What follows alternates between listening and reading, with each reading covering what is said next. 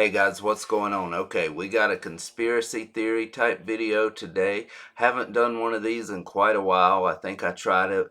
Maybe I've done like 2 or 3 of them. That was very early on in the channel. They didn't do so well. So get this thing up. Hit the like button, hit the subscribe button. Let me know some more that you want me to do. Just send me some videos in my Instagram. You can DM me, or I got my email address. You can send it there, whatever, on the channel. Just, you can check all that stuff. Send it anywhere you want, or just drop a comment about it. It doesn't matter. I'll see it. So anyway, guys, here we go. This is some conspiracy theory videos. Just to be clear, this is for educational purposes and entertainment purposes only. So don't believe what you see. That's up to you to decide. So don't just take my word for it. Look into it yourself. All right, guys, so here we go. This company controls the entire world. BlackRock is an organization, it's a company publicly listed on NASDAQ that has tens of trillions of dollars of assets under management. They disclose that they have like 14 trillion, but that is only BlackRock. Then they own majority share in most of the companies in America. They own Pfizer, they own Moderna, they own all the airlines, they own all the social networks. So when you see all this stuff, all this agenda, kind of everybody working together, then you have to realize who actually owns it.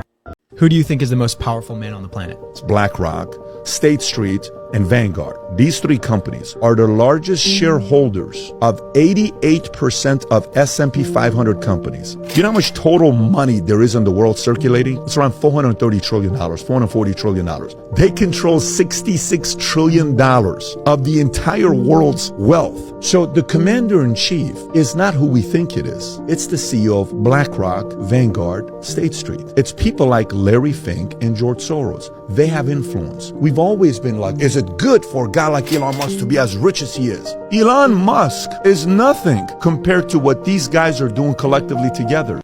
BlackRock, State Street, Vanguard. Just those 3 control about $20 trillion, about as much capital as the US GDP. But they use it to not only invest and provide passive investment exposure to the US market, but also to vote for policies like racial equity audits at Apple and Home Depot, even when the boards of those companies didn't want to adopt them. Scope 3 emissions caps at companies like Chevron, whose boards did not want to adopt them until majority of shareholders, and I use shareholders in air quotes because they're not the actual capital owners, but they're registered as the shareholders, tell these firms to do. So this is a big problem.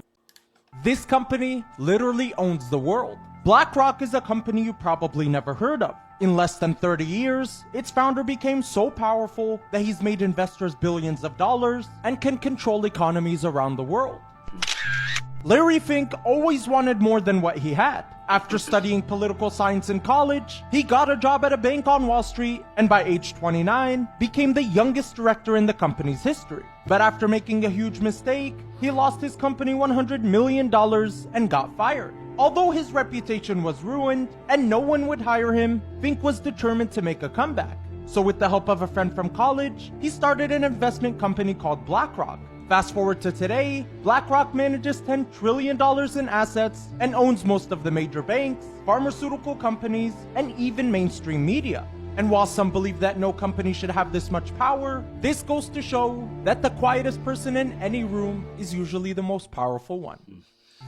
Literally owns the world. Most US banks are controlled by BlackRock. BlackRock owns all the major pharmaceutical companies. BlackRock owns most of the mainstream media. And BlackRock oversees roughly 10% of all stocks traded worldwide. And this company is now taking over governments. All of this has allowed BlackRock to amass $10 trillion in assets. Yes, trillion. BlackRock is worth half of America's total GDP. It's so crazy that the US and Chinese government now rely on BlackRock to escape recessions, with BlackRock's founder and CEO now sitting on the board of the influential Council on Foreign Relations and the World Economic Forum. In the words of Henry Kissinger, whoever controls the money controls the world, and no other company in history has had this much global influence. And what's even crazier is that BlackRock did this in just 34 years. But you want to know the best part? You've probably never heard of them for a reason. 2008, the Federal Reserve hired BlackRock to manage their investments to protect them from coronavirus-led recessions. And BlackRock has used this dependence to grow their empire even further, allowing Larry Fink to be a billionaire oligarch oligarch that holds unprecedented power over not just the economy, but the entire world. He controls trends, culture, foreign policy, and the banks. He has world leaders at his beck and call, with BlackRock overseeing assets worth 10% of the world's global economy. BlackRock now owns stakes in every industry, from media companies, banks, oil companies, and weapon manufacturers. Literally. Company and Larry Fink hold such power. Why is it that you have not heard of them more? There is power in anonymity. If BlackRock is barely featured in print publications and news channels, it is because they want it to be so. If they wanted, they could feature every day. BlackRock currently owns 18% of Fox, 16% of CBS, and 13% of Comcast, which in turn owns NBC, MSNBC, and Sky. If any of those companies wanted to make a decision, they would have to also consult with BlackRock before doing so. The same is true for Google, a tech giant currently worth $853 billion. Amazon, Facebook, and Twitter are also not exempt, and neither is Disney. Thanks to their incredibly diverse investment portfolio in media alone, BlackRock essentially owns 90% of the world's media. If you don't know about them, it's because they don't want you to. Why? Owning a portion of the world doesn't come without its share of scandal or conflict. In 2020, BlackRock became the first foreign company to be allowed into China's mutual fund industry, which means they can now invest and own parts of Chinese companies, including ones that are blacklisted by the United States. One of the first investments made by BlackRock was in Hikvision, a security and communications firm that essentially makes facial recognition software for use by the Chinese government. But this money isn't just BlackRock's or Larry Fink's. It comes from pension funds and bank accounts of ordinary civilians who have unknowingly given money to BlackRock in the past. If we take into account BlackRock's ownership over Western media, banks, e-commerce stores, social media, food and beverages, and many, many more industries, it becomes evident that the company has a wealth of data on us. They may do with it what they please. TikTok's data harvesting pales in comparison to what BlackRock is capable of, given how they have everything from our bank account numbers to our personal tastes and preferences. As BlackRock's investment in China grows, so will China's influence on the world. And our personal data, which was hanging on a thread to begin with, will quickly end up in the wrong hands. With the trajectory BlackRock has been on, Why do they need to know all that? Why do they have to have so much information? You tell me. One of the most powerful families in the world. The Rothschilds were a prominent banking dynasty originating in Europe during the 18th century. They established a global financial network and were known for their wealth and influence in the banking and finance sectors. Some conspiracy theories connect the Rothschild family to the idea of a secretive global elite working to establish a new world order. These theories allege that they are part of a shadowy group aiming to control world governments and establish a single, authoritarian world government. The Rothschilds are sometimes linked to the Illuminati, a secretive and purportedly powerful organization believed by some conspiracy theorists to control world events and governments. What do you think about this family? Like the Rothschild family, they own all the bank systems. The Rockefeller family, they design the school curriculum. They designed it to create a bunch of worker bees who never pay attention to what's actually happening. The Rothschild and the Rockefeller family are super correlated. Greta Thunberg, that climate change chick, her great-grandpa's a Rothschild. And Bill Gates is directly related to the Rockefeller family. Like, how is it the same people that are all related that are running things? In world history, they passed Paul Warburg's Federal Reserve Act in 1913, handing over America's gold and silver reserves and total control of America's economy to the Rothschild banksters. Most Americans still believe that the Fed, or Federal Reserve, is the government. It is not.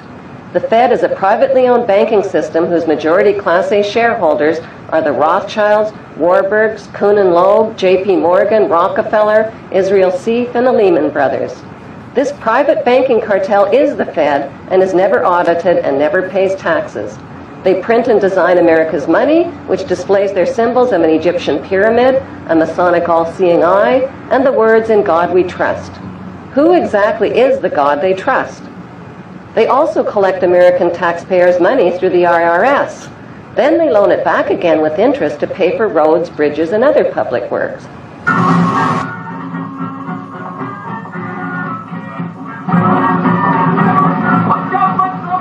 American presidents are handpicked and financed by these special interest power groups. Like George W. Bush, John Forbes Kerry, whose initials are JFK, is a member of Yale University's Skull and Bones Brotherhood. The Forbes part of John Kerry's name identifies his descendancy from Captain Robert Bennett Forbes, who was a drug runner for the Rothschilds' opium drug trade with China in the 1800s. Most U.S. citizens believe that the United States is a country and that the president is the most powerful man on earth. The United States is not a country. It is a corporation, and the president is president of the corporation of the United States. He and his elected officials work for the corporation, not for the American people. Since the United States is a corporation, who owns the corporation of the United States? Like Canada and Australia, whose leaders are prime ministers of the Queen, and whose land is called Crown Land, the United States is just another crown colony. You guys, I want to share with you the secret covenant that you might or might not have heard about. The secret covenant was created by none other than the Rockefellers, and maybe even someone even higher than them, let's be honest. But this is their secret covenant and their clause of things that they wanted to follow. And if you're a conspiracy theorist or a critical thinker and you're aware of what's been going on in the world, you're going to know exactly how suitable this is. This is written word for word, and I want to read it to you. Okay, so bear with me. The secret covenant. An illusion, it will be so large, so vast, it will escape their perception. Those who will see it will be thought of as insane. We'll create separate fronts to prevent them from seeing the connection between us. We will behave as if we are not connected to keep the illusion alive. Our goal will be accomplished one drop at a time so as to never bring suspicion upon ourselves. This will also prevent them from seeing the changes as they occur. We will always stand above the relative field of their experience, for we know the secrets of the absolute. We will work together always, and we will remain bound by blood and secrecy. Death will come to he who speaks. We will keep their lifespan short and their minds weak while pretending to do the opposite. We will use our knowledge of science and technology in subtle ways so that they will never see what's happening. We will use soft metals, aging accelerators, and sedatives in food and water, also in the air. They will be blanketed by poisons everywhere they turn. The soft metals will cause them to lose their mind. We will promise to find a cure from our many fronts, yet we will feed them more poison. The poisons will be absorbed through their skin and mouths, and they will destroy their minds and reproductive system. From all this, their children will be born dead, and we will conceal this information. The poisons will be hidden in everything that surrounds them and what they drink, eat, breathe, and wear. We must be ingenious in dispensing the poisons, for they can see far. We will teach them that the poisons are good with fun images and musical tones. Those they look up to will help. We will enlist them to push our poisons. They will see our products being used in the film and will grow accustomed to them and will never know their true effect. When they give birth, we will inject poisons into the blood of their children and convince them that it's for their help. We will start early on when their minds are young. We will target their children with what the children love most, sweet things.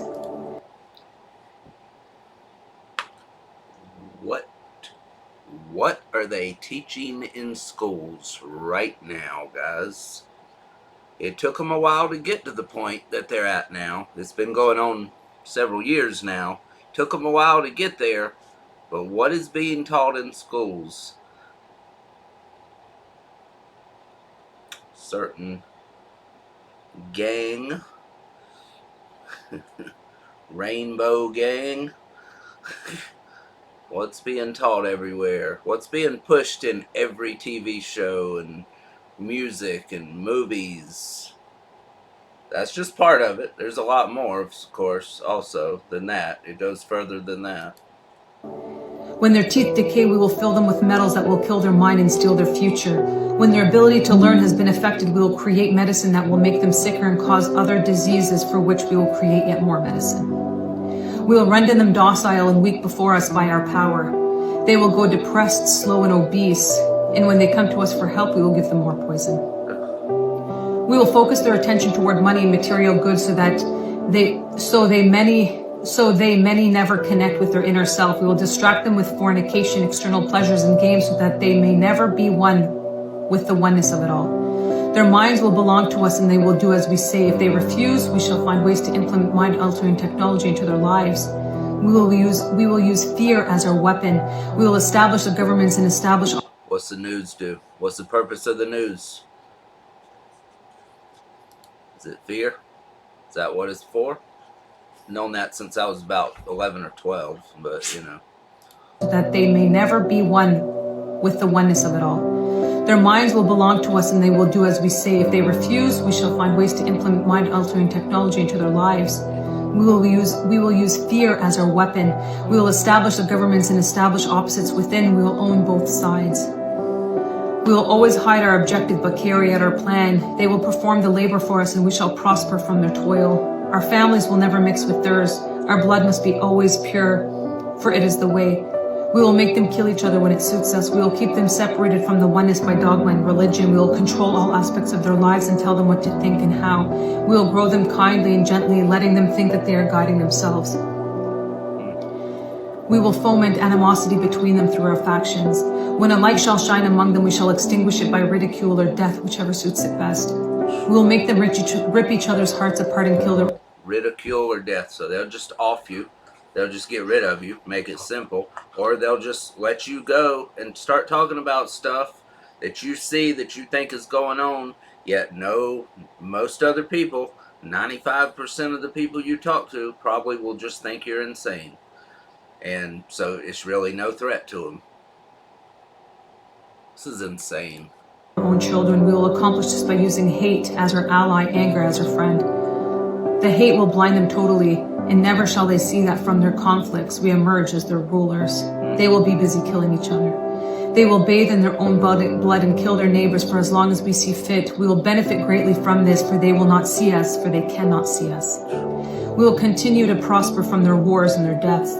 They shall repeat this over and over until our ultimate goal is accomplished. We will continue to make them live in fear and anger through images and sounds. We will use all the tools we have to accomplish this. The tools will be provided by their labor. We will make them hate themselves and their neighbors. We will always hide the divine truth from them. They were all one. That they were all one. This they must never know. They must never know that a man's color is an illusion. They must always think that they are not equal. Drop by drop, we will advance our goal. We will take... Gotta give the devils their due. Have they worked some crazy magic or what? Their plan has worked to perfection. You gotta give them credit.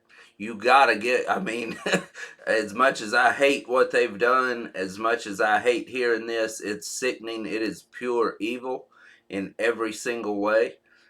But have they not done a wonderful job at what they wanted to accomplish? Every single thing she is talking about is 100% fact, and always has been. Always has been what's been going on. It is what's going on now. One. That they were all one. This they must never know. They must never know that a man's color is an illusion. Oh my God, that's insane right there. That is insane. It's an illusion. I mean, yes, we're different colors. We're different races. Who cares? Why is that such a big deal? It has always been pushed as a way to divide us all. Whether you're black or, you know, Chinese, Mexican, white, Japanese, whatever. All this race BS. Who cares what color your skin is? But they, you know, they had a plan. Yeah, they have to always make one race believe they're less than the other. Make another race believe they're better than the other or the others. So therefore, when one says, hey, we're equal, what? You're equal? No, you're not. Here, come here. You know, and it's just, oh my God, that's insane. I just can't even believe what I'm hearing right now. They must always think that they are not equal. Drop by drop, we will advance our goal. We will take over their land, resources, and wealth to exercise total control over them. We will deceive them into accepting laws that will steal the little freedom they will have. We will establish a money system that will imprison them forever, keeping them and their children in debt. When they shall band together, we will accuse them of crimes and present a different story to the world, for we shall own all the media. We will use our media to control the flow of information and their sentiment in our favor. When they shall rise up against us, we will crush them like insects, for they are less than that. They will be helpless to do anything, for they will have no weapons. We will recruit some of their own to carry out our plans. We will promise them eternal life, but eternal life they will never have, for they are not us. The recruits will be called initiates and will be indoctrinated. Your eternal life isn't going to be what you want. To whoever that made this, to all the people that work this plan that they'll have eternal life. It won't be a pleasant one, though. It will not be a pleasant one. They will be with the God they served, that's for sure. And it ain't the good one. Indoctrinated to believe false rites of the passage through higher realms. Members of these groups will think that they are one with us, never knowing the rites of the passage through higher realms. Some eternal life, but eternal life they will never have, for they are not us. The recruits will be called initiates and will be indoctrinated to believe false rites of the passage through higher realms. Members of these groups will think that they are one with us, never knowing the truth. They must never learn this truth, for they will turn against us. For their work, they will be rewarded with earthly things and great titles, but never will they become immortal and join us. Never will they receive the light and travel the stars. They will never reach their higher realms, for the killing. So that sounds to me like the people that are writing this, or the person that wrote this, he thinks he's immortal. So this might be a demon writing this in human form. I think it's the, what'd she say, Rothschild or Rockefeller? I can't remember. One of them, one of the 13 elite families, of course. But yeah, one of those guys wrote it, supposedly. So it sounds like to me that he's saying they won't be immortal like us, like we're all immortal. So they could be some type of demon or something, is what that sounds like, which is not hard to believe considering all this that they're planning. Killing of their own kind will prevent passage to the realm of enlightenment. This they will never know. The truth will be hidden in their face, so close they will not be able to focus on it until it's too late. Oh yes, so grand the illusion of freedom will be that they will never know that they are our slaves. When all is in place, the reality we will have created for them will own them. This reality will be their prison. They will live in self-delusion. When our goal is accomplished, a new era of domination will begin. Their minds will be bound by their beliefs, the beliefs we have established from time. But if they ever find out they are our equal, we shall perish. This they must never know. If they ever find out that together they can vanquish us, they will take action. They must never ever find out what we have done, for if they do, we shall have no place to run, for it will be easy to see who we are once the veil has fallen. Our actions will have revealed who we are, and they will hunt us down, and no person shall give us shelter. This is the secret covenant by which we shall live the rest of our present and future lives, for this reality will transcend many generations and lifespans. This is the secret covenant.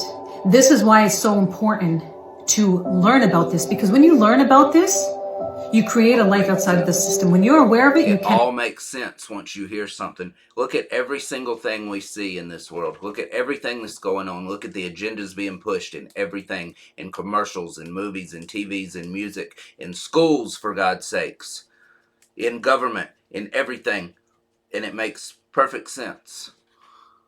And no longer be controlled. When you know what they want to do, you no longer fall into the traps from health, money, empowerment, purpose, higher vibrations, the music that you're listening to, the food that you're eating, the things that you're consumed with, the video games, the porn.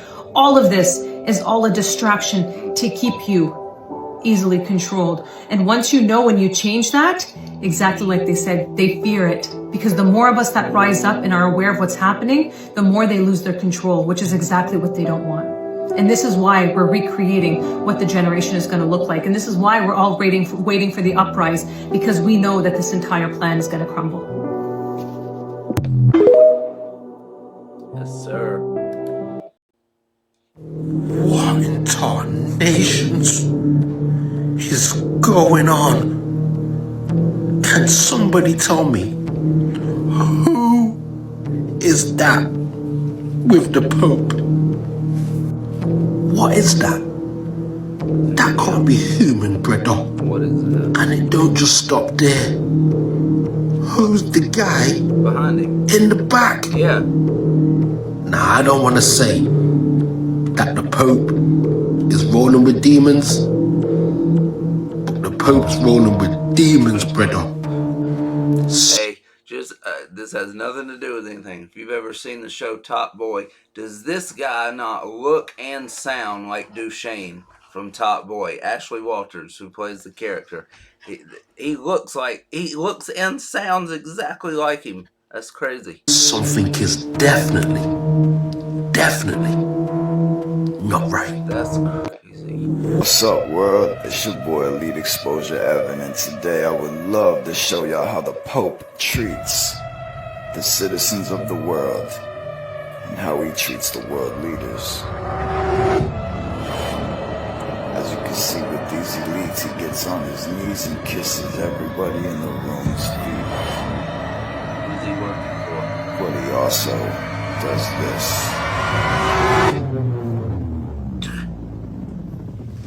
This is the Rothschilds and the Rockefeller family. This music is great.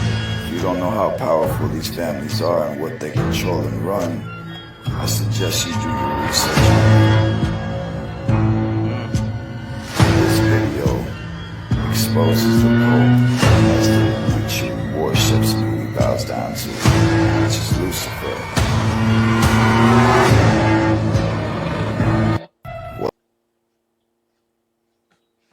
Who has heard the poem called The Snake?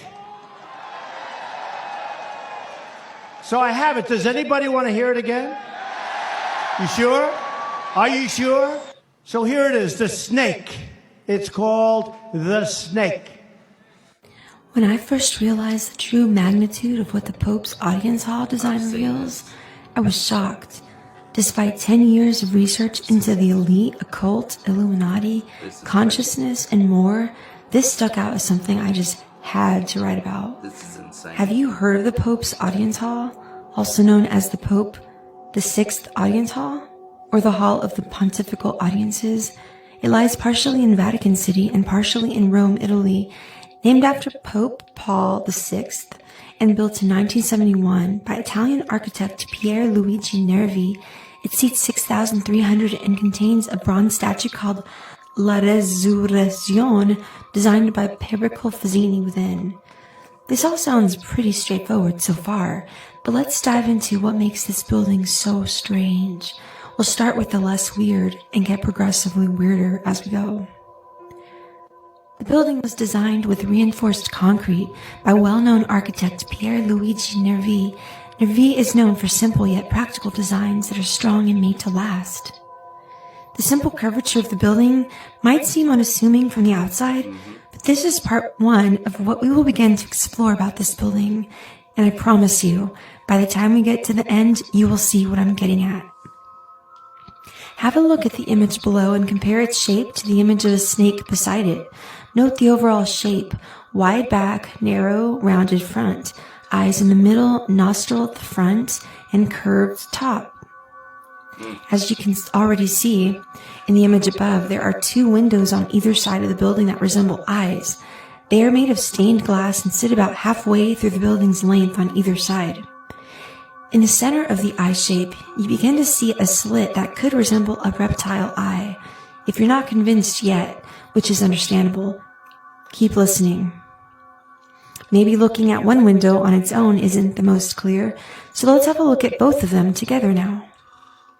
All of a sudden, we begin to see things taking shape here. Two reptilian eyes staring at you as you observe the stage. Have a look again at the image above. What do you notice down the center? There stands what looks to be a statue in the middle, and then on either side, two sharp, pointed fangs. The building's roof and sides also resemble scales. Here are... I didn't even see the fangs. I'm just focused on the eyes and the lines. That is a snake's head. Now I see the fangs. Okay. Yeah. All right. I didn't even see that. I was just... you see those eyes? I mean, come on. What? Are two more images to give you a sense of the scales. Now let's pull it together a bit more so we can really see what we're looking at. In the image below, really pay attention to the whole building and stage layout next to the image of a snake. The eyes, the shape, the scales, the fangs, the look and feel of the reptile, it's all there. In the middle of the stage sits a statue of Christ rising from an atomic apocalypse. It was designed by Pericle Fazzini and put in place by 1977. Have a look at it below. Do you notice anything about Jesus' head? It's difficult to see from the front, but when you view the statue from the sides, where patrons would... Why would Jesus be coming up? That doesn't make sense anyway. Why is he rising out of a apocalypse? He doesn't rise, he descends from heaven. He ain't in hell. It becomes strikingly clear from both sides that the head of Jesus is meant to look like that of a snake. The reality is, there's an obvious reason for this imagery. You may be asking what that reason is. Why was this building built in such a way that the Pope appears to be speaking from the mouth of a reptile?